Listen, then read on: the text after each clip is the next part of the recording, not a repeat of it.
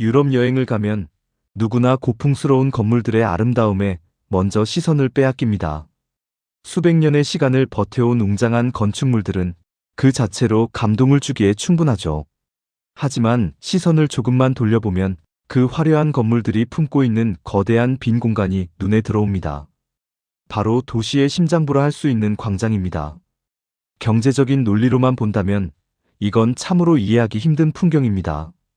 가장 비싼 노른자의 땅을 건물도 없이 수백 년째 그냥 비워두고 있기 때문입니다. 서울 강남 한복판이었다면 당장 수익성 높은 빌딩들이 빽빽하게 들어섰을 겁니다. 하지만 유럽인들은 공간을 채우는 발전 대신 기꺼이 비워내는 선택을 했습니다. 여기엔 단순히 낭만이라 부르기엔 너무나 치열했던 생존의 역사가 숨어 있습니다. 아름다운 건축물 사이에 숨겨진 이 광활한 여백이 우리에게 어떤 이야기를 건네는지 지금부터 추적해 봅니다. 베네치아의 좁은 골목을 빠져나오면 갑자기 시야가 열리며 탁 트인 공간이 나타납니다. 나폴레옹이 유럽에서 가장 아름다운 응접실이라 불렀던 산 마르코 광장입니다. 지금은 낭만적인 관광지지만 과거의 사람들에게 이곳은 숨막히는 도시 생활의 유일한 해방구였습니다. 중세 도시는 적의 침입을 막기 위해 성벽으로 둘러싸여 있었고 인구가 늘어도 도시를 넓힐 수 없는 치명적인 한계를 안고 있었습니다. 결국 건물은 다닥다닥 붙어 햇빛조차 들지 않았고 개인의 방은 잠만 자는 감옥과 같았죠. 이런 숨막히는 밀실 공포를 해소하기 위해선 반드시 숨쉴 구멍이 필요했습니다. 사람들은 좁고 어두운 골목을 탈출해 광장이라는 거대한 공공의 거실로 쏟아져 나왔습니다.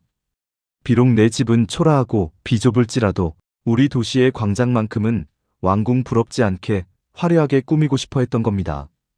개인의 사적 공간에서 느끼는 결핍을 공적 공간의 화려함으로 보상받으려 했던 그들의 심리가 이 웅장한 광장을 만든 동력이었습니다. 하지만 모든 광장이 이렇게 시민들의 생존 본능 때문에 만들어진 것은 아닙니다. 어떤 곳은 권력의 위엄을 보여주기 위해 철저한 계산 아래 설계되기도 했습니다. 대표적인 예로 바티칸의 성 베드로 광장이 있습니다.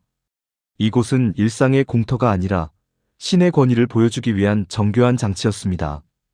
건축가 베르니니는 거대한 기둥들이 광장 전체를 둥글게 감싸 안도록 설계했습니다. 그 모습은 어머니의 품처럼 신자를 환영하는 듯 보이지만 동시에 그 압도적인 규모는 인간을 한없이 작게 만듭니다. 광장에 들어선 순간 저절로 고개를 숙이고 복종하게 만드는 심리적 설계를 의도했던 것이죠. 하지만 시간이 흘러 벨기에의 그랑 플라스에서 광장의 주인이 완전히 바뀌는 사건이 발생합니다. 건물 외벽을 뒤덮은 번쩍이는 금박 장식은 왕에 대한 충성심이 아니라 상인들의 자존심 대결이었습니다. 이곳의 주인은 빵을 굽고 옷을 만들던 상인들의 조합인 길드였습니다. 그들은 옆 건물의 길드보다 더 화려하고 웅장하게 짓기 위해 경쟁적으로 돈을 쏟아부었습니다. 상인들의 경제적 위세가 왕실 못지않다는 것을 건물의 화려함으로 증명하려 했던 겁니다.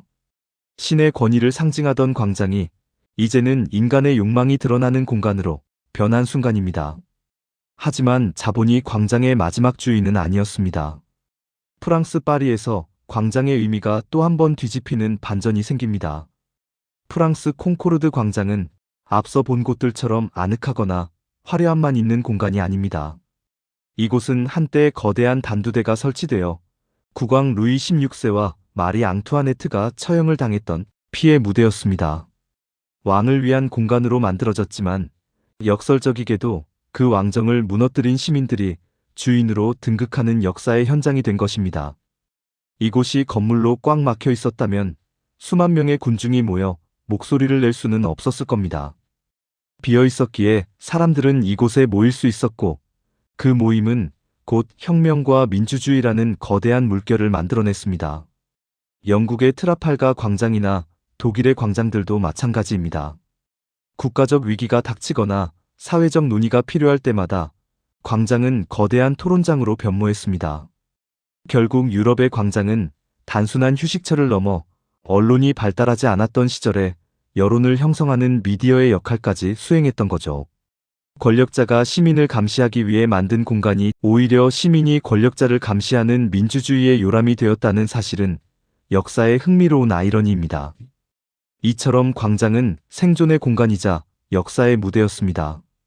하지만 이곳에는 우리가 미처 주목하지 못한 또 하나의 중요한 기능이 숨어 있습니다. 바로 낯선 타인과 공존하는 법을 배우는 하나의 학교였다는 사실입니다. 인터넷이나 스마트폰이 없던 시절 광장은 세상의 모든 소식이 모이고 퍼지는 아날로그 인터넷이었습니다.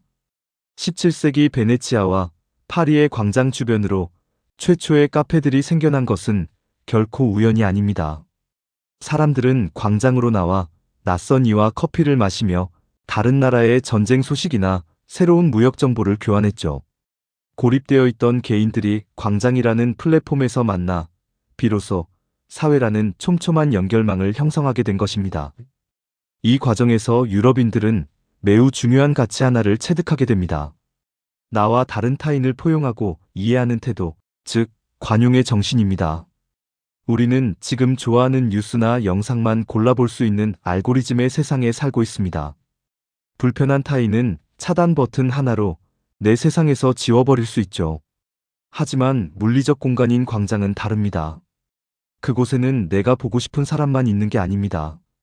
악기를 연주하는 예술가 옆에 구걸하는 노숙자가 있고 말쑥한 정장의 신사 옆에 거친 노동자가 함께 앉아 있습니다. 싫든 좋든 나와 다른 냄새와 표정을 가진 타인의 존재를 온몸으로 감각하고 인정해야만 하는 곳이죠. 벽을 세워 구분 짓지 않고 기꺼이 섞이는 그 불편한 경험들.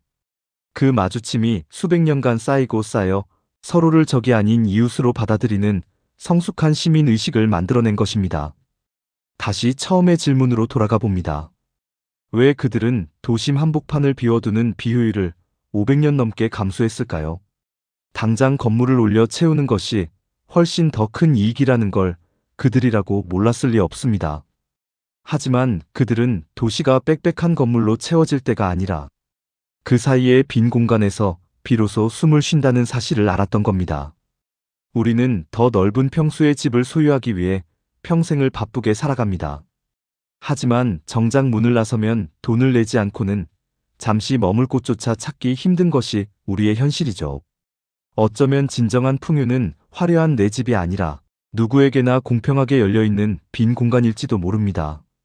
빽빽한 빌딩 숲에 사는 우리에게 유럽의 광장은 채움보다 비움이 더 위대할 수 있다는 조용한 위로를 건네고 있습니다.